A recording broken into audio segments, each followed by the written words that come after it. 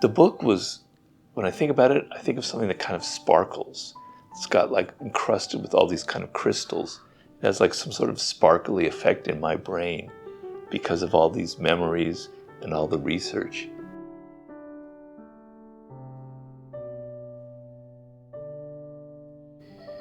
Somebody wants to know which book I enjoyed writing the most, and it's kind of a tie. Certainly The 48 Laws of Power was my first book, and I was so excited, but I also didn't really know how to do it because I was kind of, I had to come up with a concept. But I wrote it quickly, and it just kind of came out of me. And so looking back, I can't believe I wrote it so quickly and did it. I must have been enjoying myself because it just came out of me. I don't know how else to explain it.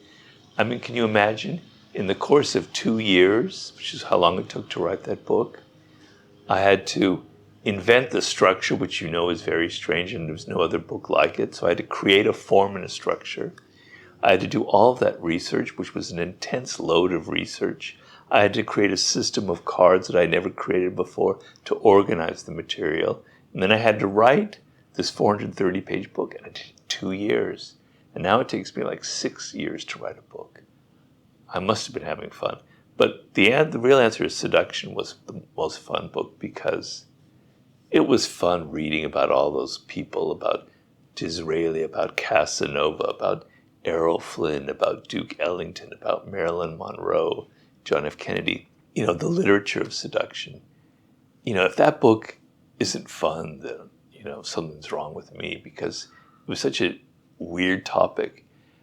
When I researched power in the library, because back in those days you go to libraries, if you can remember back that far, there were 1 million books on power, literally. Seduction, there were like 3 or 4 books on it. Nobody had written a book about it. So I was kind of going in new ground, able to create something. What ties all forms of seduction together? Psychological, social, sexual, political, marketing. Never been done before. So I had that exciting thing in front of me. But also I just had fun.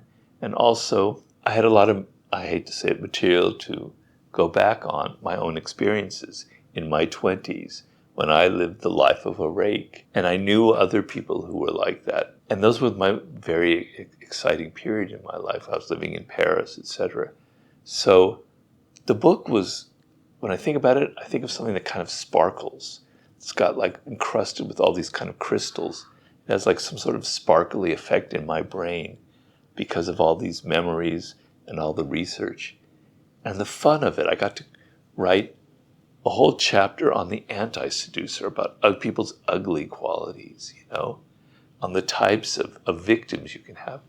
It's an evil, but I don't think it's quite evil really, book.